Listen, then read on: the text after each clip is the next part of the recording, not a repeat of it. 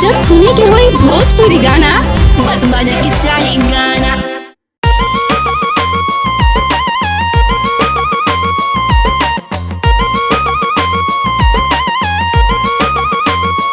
जैसे आपको पता है सर्दियाँ जब आती है तो अंडे वाले बेचने आते हैं, वो कहते हैं अंडे तो आइए गरमांडे, देसी गरमांडे, अंडे गरम गरम, अंडे गरम गरम, अंडे गरम गरम, अंडे गरम गरम, अंडे गरम गरम, अंडे गरम गरम, अंडे गरम गरम, अंडे गरम गरम, अंडे गरम गरम, अंडे गरम गरम, अंडे।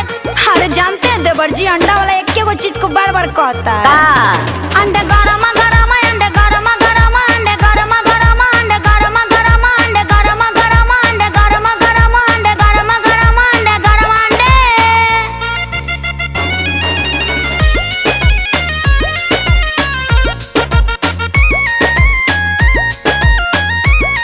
और जानते हैं देवर जी, क्या करते हैं भौजी? अंडा नहीं खाने से नो फायदा, क्या? अंडा खाने से दो फायदा।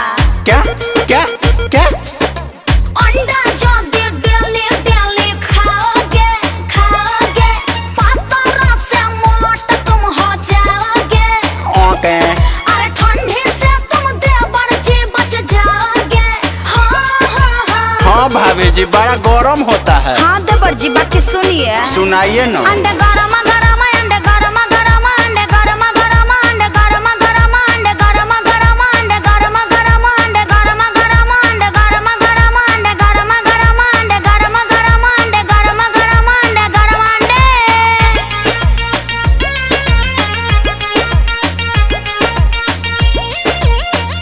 अच्छा भौजी, इसका इस्तेमाल कैसे करते हैं और कब कब करना चाहिए? गोल गोल अंडा लेके आइए, आए? गिलासिया में डाल के हिलाइए। कौची से? चम्मच से चम्मच से चम्मच से। अरे तवे पे उसको गिराइए, आए? ऑमलेट बना के खाइए। कैसे? धीरे धीरे धीरे धीरे धीरे धीरे।